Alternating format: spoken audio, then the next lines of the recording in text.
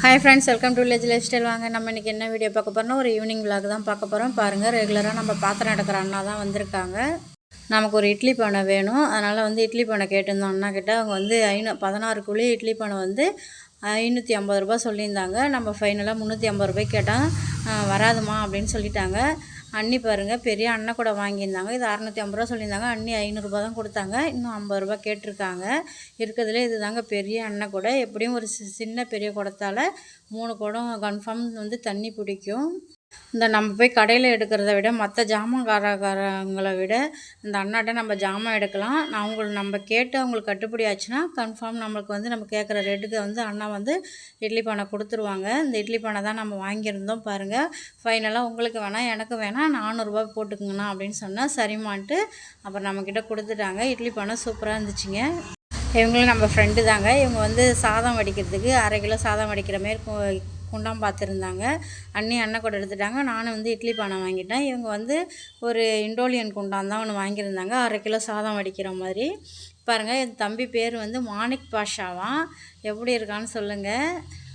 நம்ம ஜாமெல்லாம் எடுத்தாச்சு. அடுத்து காலையில் பார்த்திங்கன்னா நம்ம புளிச்சிக்கீரை வந்து ஆஞ்சி வச்சுருந்தோம். சரி, நைட்டுக்கு வந்து புளிச்சிக்கீரை கடைஞ்சி சாதம் வடிச்சிக்கலாம் அப்படின்னு சொல்லி இட்லி மாவு இல்லை சரின்ட்டு புளிச்சிக்கீரை தாங்க கடையலான்ட்டு வெளியில் காத்தோட்டமாக சமைக்கலான்ட்டு இன்றைக்கி விறகடுப்பு தாங்க பற்ற வச்சுருந்தோம். மண் சட்டியில் வந்து புளிச்சிக்கீரை கடையலாம் அப்படின்னு சொல்லிட்டு இந்த சட்டி பாருங்கள், பிடிச்சிருக்கா என்னன்னு சொல்லுங்கள்.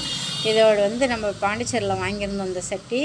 நம்ம பக்கம்லாம் இந்த மாதிரி சட்டி இது வரைக்கும் பார்த்தது கிடையாது. ஆனால் அங்கே வாங்கியிருந்தோம். இதோட ரேட் பார்த்திங்கன்னா 280 ரூபா. சரி, கீரை கடைய போகிறோம், நம்ம வந்து இதை யூஸ் பண்ணலான்ட்டு பழகி தாங்க வச்சுருக்கோம். நம்ம இன்றைக்கி மண் சட்டியில் தான் புளிச்சக்கீரை கடைய போகிறோம். அது வந்து நம்ம விவசாயம் பண்ணுற கொள்ளையில் விளைஞ்ச கீரை தான். நமக்கு ஒருத்தவங்க கொடுத்துருந்தாங்க. இந்தமாரி வாங்கினா ஒரு கத்தை வந்து 10 ரூபான்னு சொல்லுவாங்க. சுத்தமான வந்து புளிச்சக்கீரை. நம்ம வில்லேஜெல்லாம் பார்த்துக்கிட்டிங்கன்னா இந்த மாதிரி வந்து நமக்கு கீரை வகைகள் காய் இதெல்லாம் வந்து ஃப்ரீயாகவே கிடைக்கும். மருந்துலாம் எதுவுமே அடிக்காமல் இயற்கையான முறையில் விளைஞ்சது தாங்க இந்த கீரைலாம். பாருங்கள், நம்ம கோலம் போட்டிருந்தோம் எப்படி இருக்குதுன்னு சொல்லி. சின்ன பாப்பாவும் ஸ்கூல்லேருந்து வந்துட்டாங்க ஈவினிங்காக. அவங்க மட்டும்தான் இன்றைக்கி ஸ்கூல் போயிருந்தாங்க. சந்தீப் சாமியெல்லாம் ஸ்கூல் போகலை. பாப்பா வந்து வாசலில் தண்ணி தெளிக்க சொன்னால் இன்னும் நம்ம தெருவில் வந்து தண்ணி வரலிங்க. நம்ம கிணத்துல பிடிச்சிருந்த தண்ணி தான் பாப்பா வந்து வாசல் தெளிக்க வச்சுருந்தாங்க. இந்த இட்லி பானை தான் நம்ம வாங்கியிருந்தோம். எப்படி இருக்குன்னு சொல்லுங்கள். 16 கொத்து. நம்மக்கிட்ட ஏற்கனவே ஒரு இட்லி பானை இருக்குது. அது 14 கொத்து தான் வரும். அது வந்து லைட்டாக ஓட்டை போட்டதுனால சரி அப்புறம் மாற்றிக்கலான்ட்டு அது அடியில் போடல, சைடில் போட்டிருக்கு. தண்ணி மட்டும் வெளில வரும். சரி, இதே யூஸ் பண்ணிக்கலாம் அப்படின்ட்டு ஒரு புது பானை தாங்க எடுத்தோம். நல்லா இருந்துச்சு. பாப்பா பாருங்கள், வாட்டர் கேன் எடுத்துகிட்டு வந்து காமிக்கிறாங்க. நான் தண்ணிலாம் நீ ஃபுல்லாக குடிச்சிட்டமா அப்படின்னு சொல்லி. ஏன்னா பாப்பா வந்து தண்ணியே குடிக்கவே மாட்டாள். ஸ்கூலுக்கு எடுத்துகிட்டு போனாலும் அப்படியே எடுத்துகிட்டு வருவாள். இன்றைக்கி நான் குடிச்சிட்டமா அப்படின்னு சொல்லி வாட்டர் கேன் காமிச்சிட்ருக்காங்க. பெரிய பாப்பா வந்து வீடு கூட்டிகிட்டு இருக்கிறாங்க. ஜாமெல்லாம் பொறுக்கி வெளில போட்டு வீடு கூட்டிகிட்டு இருக்கிறாங்க. நம்ம டைக்கரை பாருங்கள், அவன் தான் இப்போதைக்கு படிக்கிறான். நம்ம பெரிய பாப்பாவுக்காக அவன் உட்காந்து படிக்கிறான் பாருங்கள்.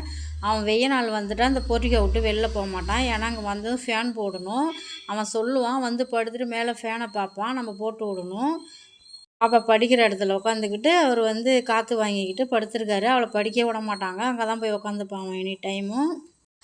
நம்ம தெருவில் இன்னையோட 4 நாள் ஆயிடுச்சு. இன்னுமே தண்ணி வரல. இந்த மாதிரிலாம் இருந்ததே இல்லை. அப்படியே காயில் போனாலும் 1 நாள் 2 நாளில் விட தண்ணி வந்துடும். ஆனால் இந்த டைம் என்னானே தெரியலைங்க, 4-5 நாள் ஆயிடுச்சு. இன்னும் தண்ணி விடவே இல்லை. ரொம்ப ரொம்ப கஷ்டமாக இருக்குது. தண்ணிக்கு வந்து அண்ணா வீட்டில் தான் போய் எடுத்துகிட்டு வருவோம். பாத்திரம் தேய்க்கிறதுக்கும் குடிக்கிறதுக்கும். குளிக்கிறது அங்கேயே போய் குளிச்சுட்டு வந்துடுவோம்.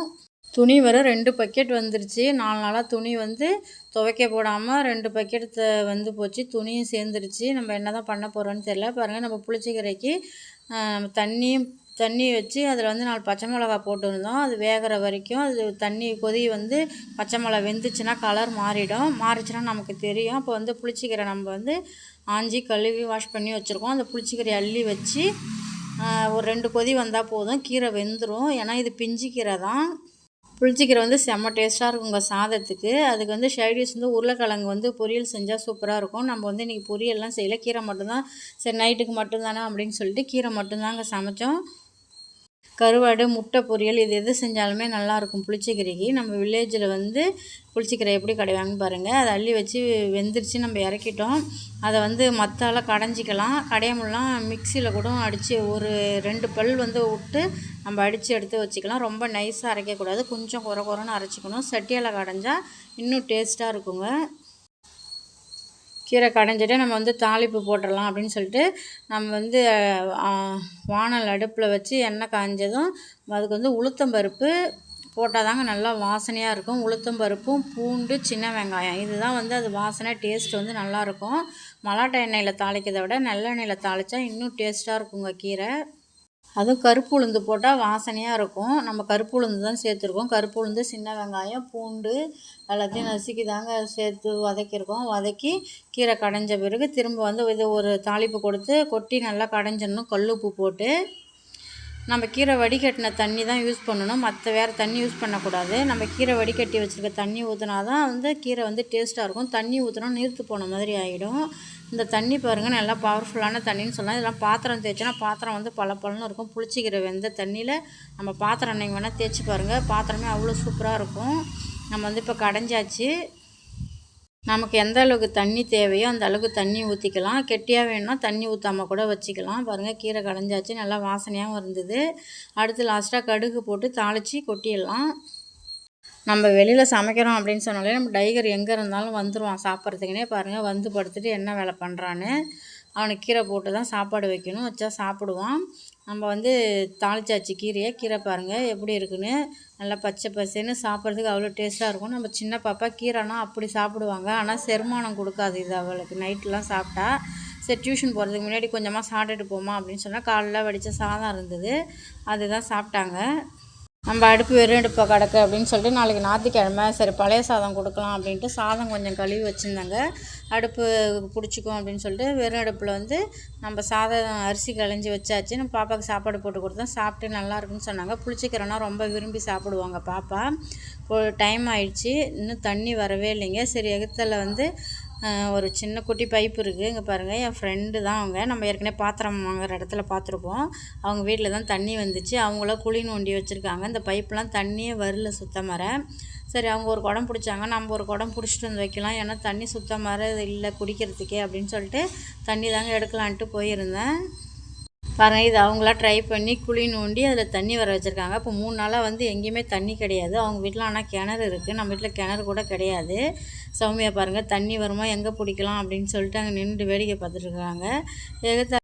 கடகர் அக்கா வீட்டில் கிணறு இருக்குது. மோட்டர்லாம் போட்டு விடுவாங்க. நமக்கு தண்ணி பிடிக்கிறதுக்கு துணி துவைக்க குளிக்க எல்லாமே செய்வாங்க. ஆனால் கிணத்து தண்ணி நம்ம போய் இப்போ திடீர்னு குளித்தா நமக்கு வந்து அது ஒத்துக்காது. சளி பிடிக்கும் ஜுரம் வந்துடும் அப்படின்ட்டு நம்ம வந்து அது பாத்திரம் கத்திரம் விளக்கலாம் அப்படின்னு சொல்லிட்டு மட்டும் அங்கே கடகர் அக்கா வீட்டில் நம்ம தண்ணி பிடிப்போம். இன்றைக்கி தாங்க இங்கே கொஞ்சமாக தண்ணி வருது பாருங்கள். 2 சின்ன கிண்ணியை வச்சுட்டு அதெல்லாம் மாற்றி மாற்றி தான் பிடிச்சி ஊற்றணும். இந்த ஒரு குடம் ஊற்றவே ஒரு 1/4 மணி நேரத்துக்கு மேலே ஆயிடுச்சு. ஏன்னா தண்ணி ரொம்ப சீராக வந்துட்டு இருந்துச்சு. இவர் பாருங்கள் இவர் தான் மாணிக் பாஷா. நான் போனதும் ஃபஸ்ட்டு வரமாட்டேன்னு சொல்லிட்டான். அப்புறம் கொஞ்சம் கொஞ்சம் பேச அப்புறம் கிட்ட வந்தான். கொஞ்சம் நாள் தூக்கி வச்சுருந்தாங்க. தூங்கி எழுந்து வந்திருப்பான் போல். அதனால் மூஞ்ச பாருங்கள் சிரிக்கிறான். அப்புறம் உம்முன்னு ஆயிடுறான். அவங்க அத்தை வீட்டுக்கு அவன் விருந்தாடி வந்திருக்கான் பாருங்கள். நிஷா வந்து கீழே உட்காந்து தண்ணி பிடிச்சி கொடுத்துட்டு இருந்தான். நான் தம்பி வச்சுட்டு இருந்தேன். இந்த ஒரு குடம் பிடிக்கிறது அவ்வளோ டைம் ஆயிடுச்சு. இந்த ஒரு